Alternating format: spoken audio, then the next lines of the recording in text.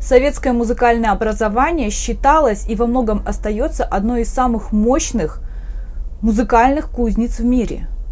Это была жесткая, глубоко продуманная система, напоминающая подготовку олимпийских чемпионов. В этом видео о том, как закалялась сталь в музыкальных классах СССР и что изменилось в постсоветское время. Все начиналось с уникальной, почти пугающей своей стройностью вертикали. Это система 7-4-5. 7 лет музыкальной школы, 4 года колледжа или училища и 5-6 лет консерватории. Пройти этот путь и не сломаться психологически удавалось самым стойким. Эта структура до сих пор считается эталоном профподготовки. Сегодня ее отчаянно и не безуспешно пытается копировать Китай.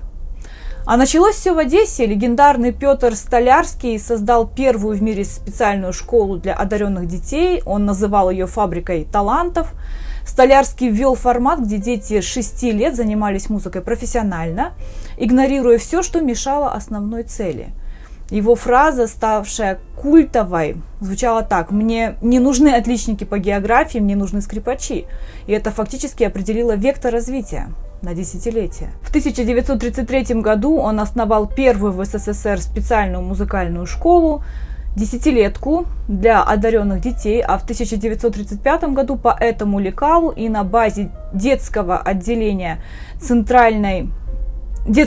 Московской консерватории возникло элитное подразделение, это Центральная музыкальная школа, ЦМШ, при Московской консерватории. Здесь дети жили в интернатах, занимались по 6-8 часов в день. К моменту выпуска это были уже не просто студенты, а были сложившиеся артисты мирового уровня. Позже школы-интернаты для гениев такие появились во всех крупных культурных центрах Союза. Советская школа – это не только беглость пальцев, это была пытка интеллекта. Это система музыкально-теоретических дисциплин, которая официально считается самой сложной в мире. То, что и сейчас проходит в колледжах, на Западе часто изучают вообще только в магистратуре. Умение записывать на слух четырехголосные, трехголосные диктанты делает выпускников сверхлюдьми в глазах иностранных коллег. Более того, в этой системе ты не мог просто быть трубачом или просто быть барабанщиком, допустим. Ты обязан был владеть фортепиано. Общая фортепиано как обязательная дисциплина была для всех, она развивала гармонический слух, она позволяла любому музыканту самостоятельно разобрать сложнейшую партитуру, не дожидаясь своего концертмейстера. Отношения с педагогом носили почти сакральный характер. Педагог отвечал за все, от постановки рук до того, что ты ешь, что ты читаешь и с кем ты встречаешься. Именно так рождались великие исполнительские школы Нейгауза, Ойстраха и многих других. Это была преемственность, но на грани фанатизма. В СССР победа на международном конкурсе имени Чайковского, кстати, приравнивалась к золоту на Олимпиаде. А вот как обстоят дела сейчас, я расскажу в этом видео немножечко позже. Система была беспощадна. Незабываемые технические зачеты, тагаммы, аккорды, арпеджио, сложнейшие этюды в бешеном темпе отсеивали всех, кто не обладал железной дисциплиной. Даже в постсоветское время эти академические концерты вызывали у студентов дрожь в коленях. При этом музыка была идеологическим полем боя, потому что существовали списки нежелательных композиторов, формалистов, авангардистов. Джаз тоже долгое время был в полулегальном положении, ведь сегодня он играет джаз, а завтра родину продаст. Ну, вы слышали, да, наверняка. И лишь в постсоветское время эти барьеры рухнули, открыв путь для современной музыки. После распада СССР система едва ли не погибла. Тысячи топовых педагогов уехали в США, уехали в Европу, уехали в Китай. Те, кто остался, часто были вынуждены уходить торговать на рынке, становились челноками, чтобы просто выжить. Если в СССР за образование платили кровью и потом на бесплатных, условно, экзаменах, то в новую эпоху появились официально коммерческие отделения, платные занятия. Бюджетные места в топовых консерваториях до сих пор, конечно, остаются желанными и труднодоступными, но на некоторых отделениях, например, такие как духовое, дирижерское, хоровое, с каждым годом желающих продолжать обучение в вышке становится все меньше и меньше. Несмотря на засилье гаджетов в наше время, это образование до сих пор держится на живом контакте мастер-ученик, и техника здесь возведена в абсолютный культ. Если на Западе часто делают упор на художественность, то у нас до сих пор считается, что без железных пальцев ты не имеешь права просто прикасаться даже к искусству. Отдельный вид экзекуции, в хорошем смысле этого слова или нет, вы решаете сами, это викторина по музыкальной литературе. Студенту включается случайный фрагмент из сотен симфоний, квартетов, опер, часто с середины финала где-нибудь, и он за 5-10 секунд должен назвать автора, название, часть, тональность. Это создает, конечно, в голове феноменальную библиотеку. Сегодня звание лауреат международного конкурса – это уже не просто строчка, а обязательный пропуск в профессию. Без него крайне сложно претендовать на сольную карьеру или на работу в престижном каком-нибудь заведении учебном или другом. Поэтому студенты живут в режиме постоянных соревнований, превращая музыку в настоящий спорт. Студенты приходят к 5-6 утра, чтобы занять кабинет с хорошим роялем, или дежурят у дверей. Это привычка вгрызаться в возможность порепетировать. Она формирует ту самую фанатичную преданность своему делу, которой и славятся профессиональные музыканты. После 5 лет вуза аспирантура и стажировка. Это, по-моему, еще, не помню, по-моему, 2 года шлифовки под руководством вашего мэтра или мэтров. Туда попадают единицы, это высшая лига. На выходе мы получаем музыкантов со стальными нервами, способных выучить сложнейшую программу за 3 дня до концерта.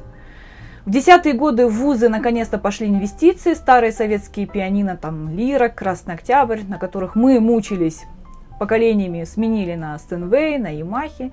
Это кардинально, конечно, изменило культуру звука. Студенты получили доступ к мировым инструментам, уже не выезжая за границу. Музыкальное образование стало и экспортным товаром. Сегодня в постсоветских консерваториях тысячи студентов из Китая, из Южной Кореи, из Вьетнама.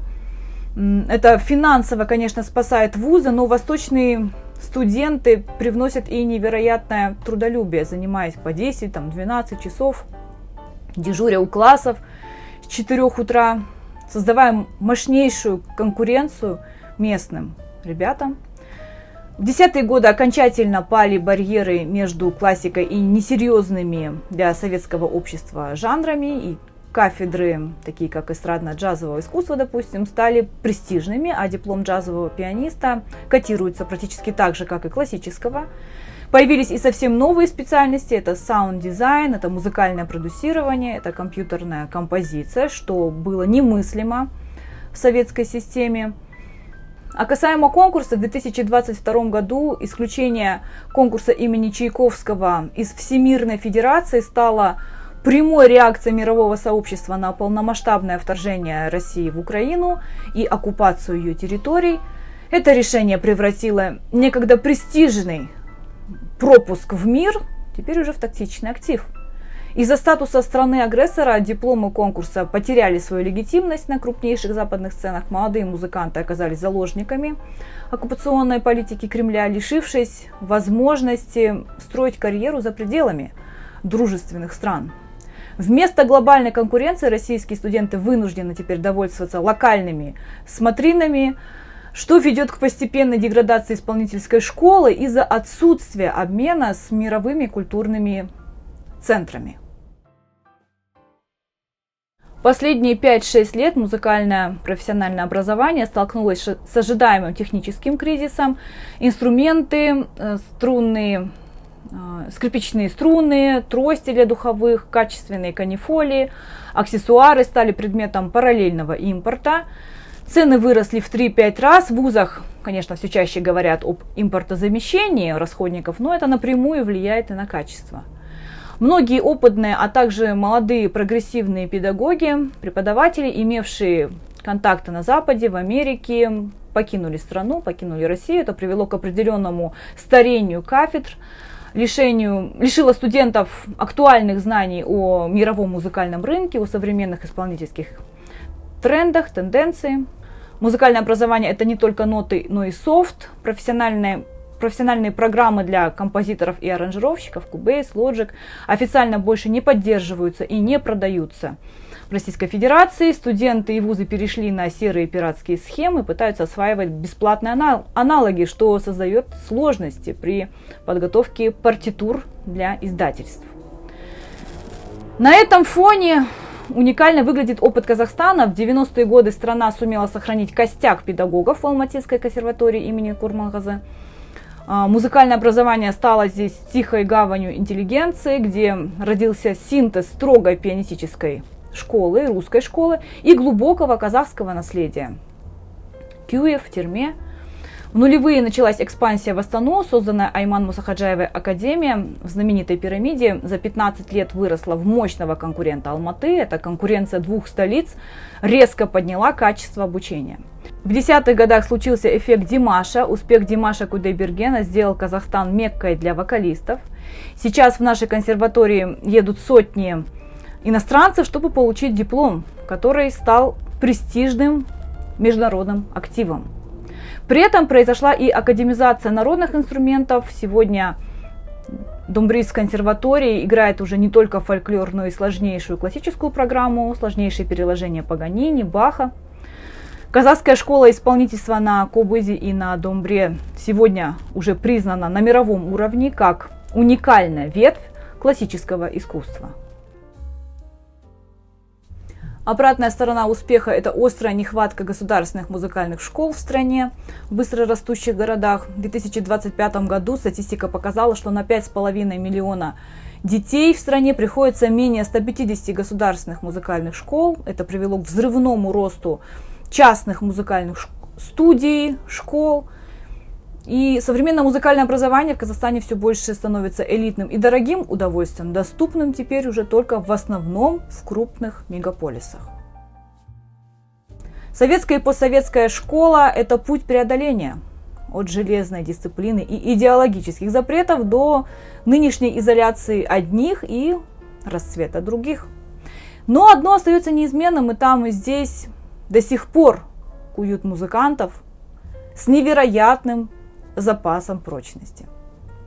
На сегодня у меня все. Спасибо, что посмотрели. Оставляйте, пожалуйста, свою реакцию в комментариях, что вы думаете по поводу советской и постсоветской музыкальной школы, музыкального образования. Подписывайтесь на мой канал. Всем пока.